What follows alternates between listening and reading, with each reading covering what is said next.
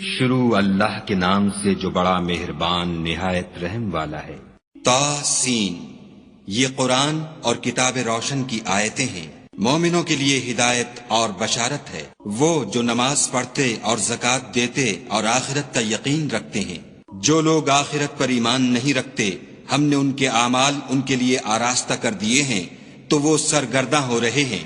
یہی لوگ ہیں جن کے لیے بڑا عذاب ہے اور وہ آخرت میں بھی بہت نقصان اٹھانے والے ہیں۔ اور تم کو قرآن خدائے حکیم و علیم کی طرف سے عطا کیا جاتا ہے۔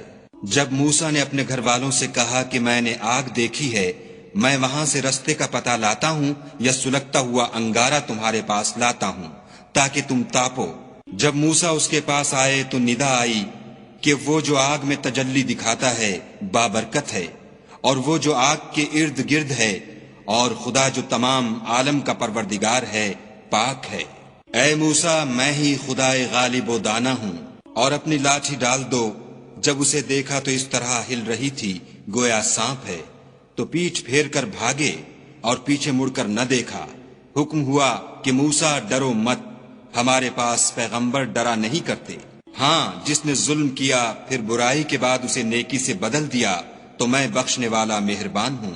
اور اپنا ہاتھ اپنے گریبان میں ڈالو، بے عیب سفید نکلے گا، ان 2 معجزوں کے ساتھ جو 9 معجزوں میں داخل ہیں۔ فرعون اور اس کی قوم کے پاس جاؤ کہ وہ بد کردار لوگ ہیں۔ جب ان کے پاس ہماری روشن نشانیاں پہنچیں، کہنے لگے یہ صریح جادو ہے، اور بے انصافی اور غرور سے ان سے انکار کیا، لیکن ان کے دل ان کو مان چکے تھے۔ سو دیکھ لو کہ فساد کرنے والوں کا انجام کیسا ہوا۔ اور ہم نے داؤد اور سلیمان کو علم بخشا، اور انہوں نے کہا کہ خدا کا شکر ہے جس نے ہمیں اپنے بہت سے مومن بندوں پر فضیلت دی۔ اور سلیمان داؤد کے قائم مقام ہوئے اور کہنے لگے کہ لوگوں، ہمیں خدا کی طرف سے جانوروں کی بولی سکھائی گئی ہے اور ہر چیز عنایت فرمائی گئی ہے، بے شک یہ اس کا صریح فضل ہے۔ اور سلیمان کے لیے جنوں اور انسانوں اور پرندوں کے لشکر جمع کیے گئے اور وہ قسم وار کیے گئے تھے، یہاں تک کہ جب چونٹیوں کے میدان میں پہنچے تو ایک چونٹی نے کہا کہ چونٹیوں اپنے اپنے بلوں میں داخل ہو جاؤ، ایسا نہ ہو کہ سلیمان اور اس کے لشکر تم کو کچل ڈالیں اور ان کو خبر بھی نہ ہو۔ تو وہ اس کی بات سے ہنس پڑے اور کہنے لگے کہ اے پروردگار، مجھے توفیق عنایت کر کہ جو احسان تو نے مجھ پر اور میرے ماں باپ پر کیے ہیں ان کا شکر کروں، اور ایسے نیک کام کروں کہ تو ان سے خوش ہو جائے، اور مجھے اپنی رحمت سے اپنے نیک بندوں میں داخل فرما۔ اور جب انہوں نے جانوروں کا جائزہ لیا تو کہنے لگے کیا سبب ہے کہ ہدہد نظر نہیں آتا؟ کیا کہیں غائب ہو گیا ہے؟ میں اسے سخت سزا دوں گا یا ذبح کر ڈالوں گا، یا میرے سامنے اپنی بے قصوری کی دلیل صریح پیش کرے۔ ابھی تھوڑی ہی دیر ہوئی تھی کہ ہدہد موجود ہوا اور کہنے لگا کہ مجھے ایک ایسی چیز معلوم ہوئی ہے جس کی آپ کو خبر نہیں، اور میں آپ کے پاس شہر سبا سے ایک یقینی خبر لے کر آیا ہوں۔ میں نے ایک عورت دیکھی کہ ان لوگوں پر بادشاہت کرتی ہے اور ہر چیز اسے میسر ہے، اور اس کا ایک بڑا تخت ہے۔ میں نے دیکھا کہ وہ اور اس کی قوم خدا کو چھوڑ کر آفتاب کو سجدہ کرتے ہیں، اور شیطان نے ان کے اعمال انہیں آراستہ کر دکھائے ہیں اور ان کو رستے سے روک رکھا ہے، پس وہ رستے پر نہیں آتے اور نہیں سمجھتے کہ خدا کو جو آسمانوں اور زمین میں چھپی چیزوں کو ظاہر کر دیتا اور تمہارے پوشیدہ اور ظاہر اعمال کو جانتا ہے، کیوں سجدہ نہ کریں۔ خدا کے سوا کوئی عبادت کے لائق نہیں، وہی عرش عظیم کا مالک ہے۔ سلیمان نے کہا اچھا، ہم دیکھیں گے تو نے سچ کہا ہے یا تو جھوٹا ہے۔ یہ میرا خط لے جا اور اسے ان کی طرف ڈال دے، پھر ان کے پاس سے پھر آ اور دیکھ کہ وہ کیا جواب دیتے ہیں۔ ملکہ نے کہا کہ دربار والوں، میری طرف ایک نامہ گرامی ڈالا گیا ہے، وہ سلیمان کی طرف سے ہے، اور مضمون یہ ہے کہ شروع خدا کا نام لے کر جو بڑا مہربان نہایت رحم والا ہے، بعد اس کے یہ کہ مجھ سے سرکشی نہ کرو اور مطیع و منقاد ہو کر میرے پاس چلے آؤ۔ خط سنا کر کہنے لگی کہ اے اہل دربار، میرے اس معاملے میں مجھے مشورہ دو، جب تک تم حاضر نہ ہو اور صلاح نہ دو میں کسی کام کو فیصل کرنے والی نہیں۔ وہ بولے کہ ہم بڑے زور آور اور سخت جنگجو ہیں، اور حکم آپ کے اختیار ہے تو جو حکم دیجئے گا اس کے معال پر نظر کر لیجئے گا۔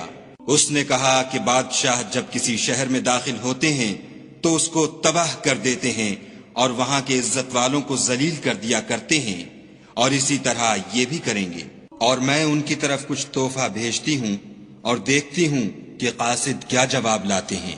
جب قاصد سلیمان کے پاس پہنچا تو سلیمان نے کہا، کیا تم مجھے مال سے مدد دینا چاہتے ہو؟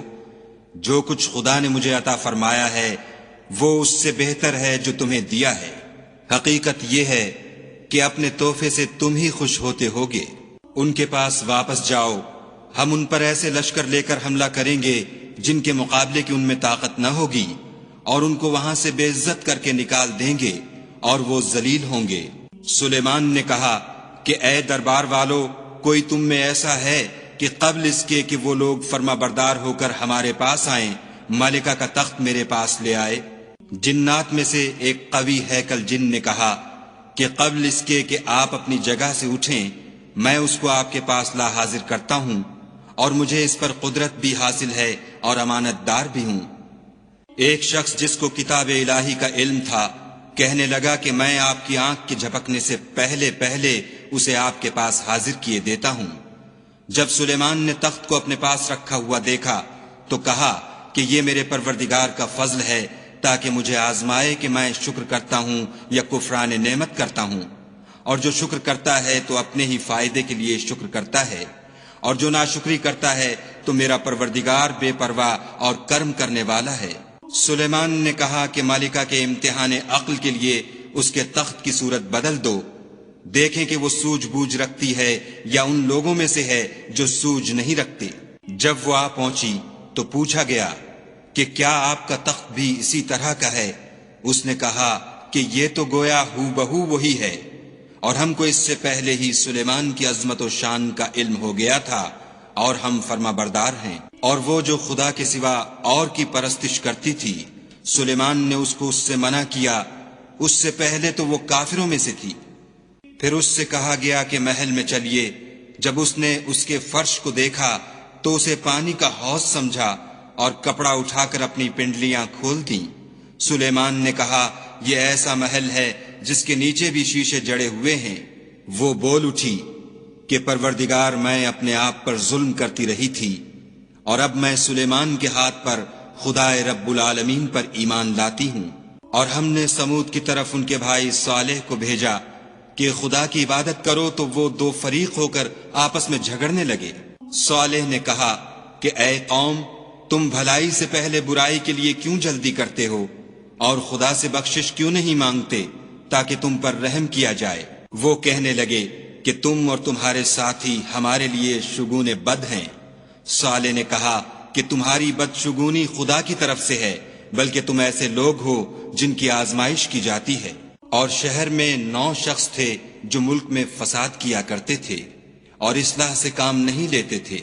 کہنے لگے کہ خدا کی قسم کھاؤ کہ ہم رات کو اس پر اور اس کے گھر والوں پر شبخون ماریں گے، پھر اس کے وارثوں سے کہہ دیں گے کہ ہم تو اس کے گھر والوں کے موقع ہلاکت پر گئے ہی نہیں، اور ہم سچ کہتے ہیں۔ اور وہ ایک چال چلے اور ہم بھی ایک چال چلے، اور ان کو کچھ خبر نہ ہوئی۔ تو دیکھ لو کہ ان کی چال کا انجام کیسا ہوا۔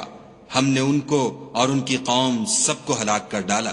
اب یہ ان کے گھر ان کے ظلم کے سبب خالی پڑے ہیں۔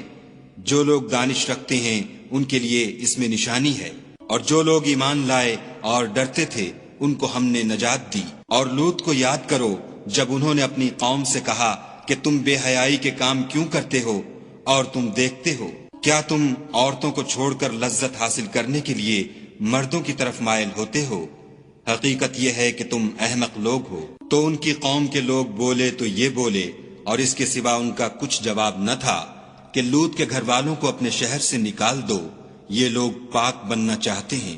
تو ہم نے ان کو اور ان کے گھر والوں کو نجات دی، مگر ان کی بیوی کہ اس کی نسبت ہم نے مقرر کر رکھا تھا کہ وہ پیچھے رہنے والوں میں ہوگی۔ اور ہم نے ان پر مہ برسایا، سو جو میں ان لوگوں پر برسا جن کو متنبع کر دیا گیا تھا برا تھا۔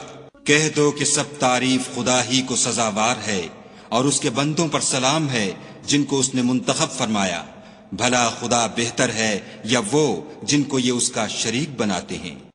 بھلا کس نے آسمانوں اور زمین کو پیدا کیا اور کس نے تمہارے لیے آسمان سے پانی برسایا؟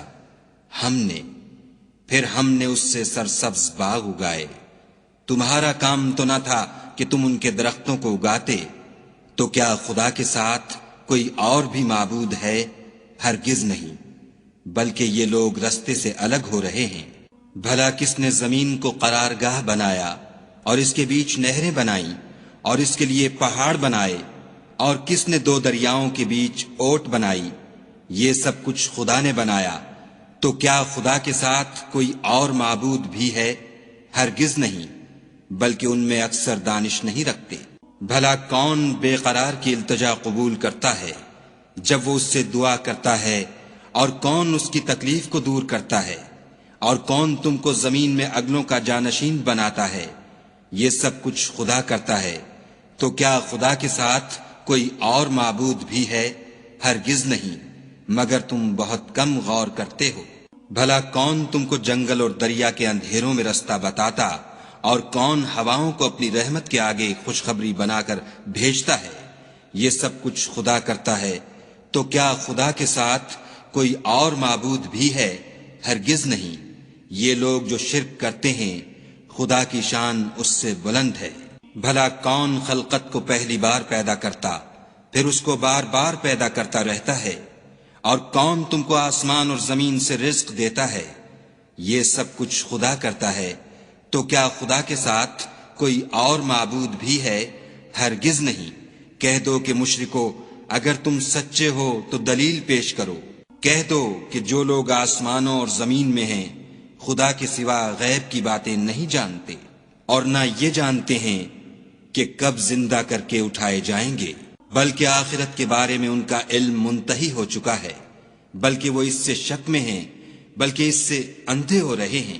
اور جو لوگ کافر ہیں کہتے ہیں کہ جب ہم اور ہمارے باپ دادا مٹی ہو جائیں گے تو کیا ہم پھر قبروں سے نکالے جائیں گے؟ یہ وعدہ ہم سے اور ہمارے باپ دادا سے پہلے سے ہوتا چلا آیا ہے۔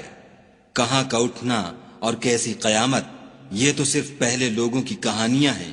کہہ دو کہ ملک میں چلو پھرو، پھر دیکھو کہ گناہ گاروں کا انجام کیا ہوا، اور ان کے حال پر غم نہ کرنا، اور نہ ان چالوں سے جو یہ کر رہے ہیں تنگ دل ہونا، اور کہتے ہیں کہ اگر تم سچے ہو تو یہ وعدہ کب پورا ہوگا؟ کہہ دو کہ جس عذاب کے لیے تم جلدی کر رہے ہو شاید اس میں سے کچھ تمہارے نزدیک آ پہنچا ہو، اور تمہارا پروردگار تو لوگوں پر فضل کرنے والا ہے، لیکن ان میں سے اکثر شکر نہیں کرتے۔ اور جو باتیں ان کے سینوں میں پوشیدہ ہوتی ہیں اور جو کام وہ ظاہر کرتے ہیں، تمہارا پروردگار ان سب کو جانتا ہے۔ اور آسمانوں اور زمین میں کوئی پوشیدہ چیز نہیں ہے مگر وہ کتاب روشن میں لکھی ہوئی ہے۔ بے شک یہ قرآن بنی اسرائیل کے سامنے اکثر باتیں جن میں وہ اختلاف کرتے ہیں بیان کر دیتا ہے، اور بے شک یہ مومنوں کے لیے ہدایت اور رحمت ہے۔ تمہارا پروردگار قیامت کے روز ان میں اپنے حکم سے فیصلہ کر دے گا، اور وہ غالب اور علم والا ہے۔ تو خدا پر بھروسہ رکھو، تم تو حق صریح پر ہو۔ کچھ شک نہیں کہ تم مردوں کو بات نہیں سنا سکتے، اور نہ بہروں کو جبکہ وہ پیٹھ پھیر کر پھر جائیں آواز سنا سکتے ہو، اور نہ اندھوں کو گمراہی سے نکال کر رستہ دکھا سکتے ہو۔ تم تو انہی کو سنا سکتے ہو جو ہماری آیتوں پر ایمان لاتے ہیں اور وہ فرما بردار ہو جاتے ہیں۔ اور جب ان کے بارے میں عذاب کا وعدہ پورا ہوگا تو ہم ان کے لیے زمین میں سے ایک جانور نکالیں گے جو ان سے بیان کر دے گا، اس لیے کہ لوگ ہماری آیتوں پر ایمان نہیں لاتے تھے۔ اور جس روز ہم ہر امت میں سے اس گروہ کو جمع کریں گے جو ہماری آیتوں کی تکذیب کرتے تھے تو ان کی جماعت بندی کی جائے گی، یہاں تک کہ جب سب آ جائیں گے تو خدا فرمائے گا کہ کیا تم نے میری آیتوں کو جھٹلا دیا تھا اور تم نے اپنے علم سے ان پر احاطہ تو کیا ہی نہ تھا؟ بھلا تم کیا کرتے تھے؟ اور ان کے ظلم کے سبب ان کے حق میں وعدہ عذاب پورا ہو کر رہے گا تو وہ بول بھی نہ سکیں گے۔ کیا انہوں نے نہیں دیکھا کہ ہم نے رات کو اس لیے بنایا ہے کہ اس میں آرام کریں، اور دن کو روشن بنایا ہے کہ اس میں کام کریں؟ بے شک اس میں مومن لوگوں کے لیے نشانیاں ہیں۔ اور جس روز سور پھونکا جائے گا تو جو لوگ آسمانوں اور جو زمین میں ہیں سب گھبرا اٹھیں گے، مگر وہ جسے خدا چاہے اور سب اس کے پاس عاجز ہو کر چلے آئیں گے۔ اور تم پہاڑوں کو دیکھتے ہو تو خیال کرتے ہو کہ اپنی جگہ پر کھڑے ہیں، مگر وہ اس روز اس طرح اڑتے پھریں گے جیسے بادل۔ یہ خدا کی کاریگری ہے جس نے ہر چیز کو مضبوط بنایا، بے شک وہ تمہارے سب افعال سے باخبر ہے۔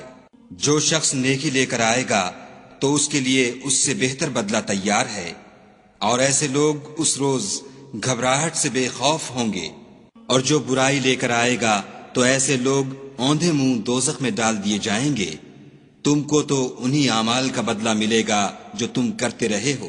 کہہ دو مجھ کو یہی ارشاد ہوا ہے کہ اس شہر مکہ کے مالک کی عبادت کروں جس نے اس کو محترم اور مقام ادب بنایا ہے، اور سب چیز اسی کی ہے، اور یہ بھی حکم ہوا ہے کہ اس کا حکم بردار رہوں، اور یہ بھی کہ قرآن پڑھا کروں۔ تو جو شخص راہ راست اختیار کرتا ہے تو اپنے ہی فائدے کے لیے اختیار کرتا ہے، اور جو گمراہ رہتا ہے تو کہہ دو کہ میں تو صرف نصیحت کرنے والا ہوں۔ اور کہو کہ خدا کا شکر ہے وہ تم کو عنقریب اپنی نشانیاں دکھائے گا تو تم ان کو پہچان لوگے، اور جو کام تم کرتے ہو تمہارا پروردگار ان سے بے خبر نہیں ہے۔